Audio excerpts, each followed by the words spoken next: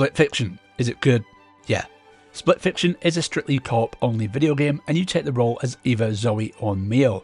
Both characters are writers and accidentally go into a machine together that allows them to be inside their stories. Zoe writes fantasy and Mio writes sci-fi, so throughout the game the theme is constantly switching between the two. For someone like me who loves both genres, it was a perfect mix. The story was fine, it had touching moments, but for me, the best part was the incredibly fast-paced, ever-changing, mind-bending, genre-twisting gameplay. I'd say no 15-minute stretch is ever the same. Throughout the game, you'll be playing a platformer, side-scroller, third-person shooter, and so many more. Despite the game adopting so many different incredible genres, the controls always felt tight and intuitive. No matter whether I was top-down, side-scrolling, jet-skiing, or flying, I was always able to master the controls in seconds. Despite it taking on lots of different genres and mixing them up, the game still has its own unique moments that I'd never seen before in a video game. Split Fiction is quite funny, it's often very absurd, but it did give me one of the biggest laughs I've had in a very long time that I can't even describe because it would be a spoiler.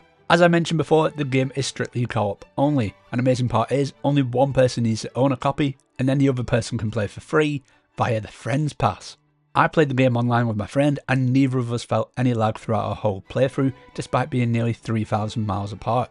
As each person plays as a different character, your co-op partner is often doing something completely different. Throughout the game you'll need to work together in order to progress, so one person can't do everything. That said, the game is fairly easy.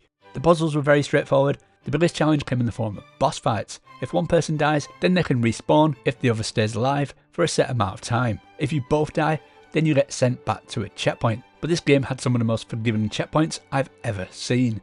Did the boss have half health when you died? When you respawn, they'll likely still have half health. This did mean that the game was a little bit too easy. There was a couple of times during the game where the camera angle just didn't work very well and looked quite wonky, but as I mentioned before, the game is ever changing, so it never lasted long enough to be annoying. Throughout the whole game, no matter what the game threw on screen, I never saw the frame rate drop. It was smooth throughout my entire playthrough, which, if you've seen some of the unreal things this game does, it's really impressive. The soundtrack was quite good, but it does have some really epic moments towards the end of the game. That was Split Fiction, and I give it a 9 out of 10.